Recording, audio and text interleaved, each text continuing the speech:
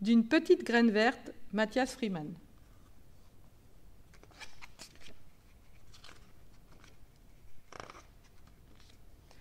Au début, je n'étais qu'une graine, une toute petite graine verte, tombée d'un arbre, portée par le vent, j'attendais de pousser, de devenir grande. Bien installée, prête à prendre racine, je ne l'ai pas vu venir, ce maudit oiseau.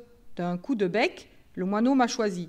Il voulait casser la graine, prendre un ver ou une fourmi, et c'est moi qui l'a pris. Picoré, avalé, c'est dans son ventre que je me suis envolée. Oh, très haut dans le ciel j'ai voyagé, mais je n'ai pas eu le temps de faire le tour du monde avant d'être semée. Très vite, je fus lâchée au gré d'un vent dans un petit paquet blanc.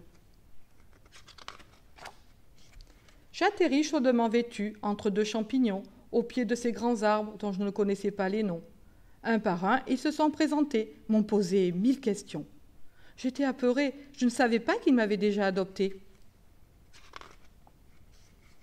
Un peu de soleil, un peu de pluie, et en petite pousse verte, je suis sortie. Cette forêt me donnait tant d'amour que je grandissais tous les jours. Pour devenir un arbre, il faut souvent changer de nom. Je poussais tige et devins plantule à ma première feuillaison.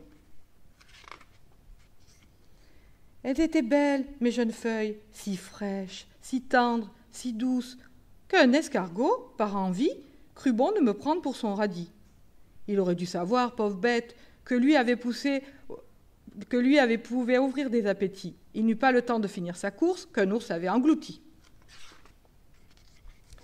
Quelques douces années sont passées, des moments difficiles aussi, comme ce jour où une tempête s'est levée. Jeune arbre, j'étais terrorisée, je ne savais pas dans quel sens me plier. Le grand chêne m'a protégée, rassurée dans ce tourment. Et pendant que je penchais dans le sens du vent, j'ai entendu un craquement. C'était l'un des nôtres, le vieux chêne qui venait de tomber.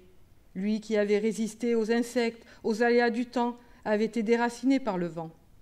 Il a pris le temps de disparaître, nourrissant doucement la terre, les fougères et la mousse, sans oublier une nouvelle petite pousse.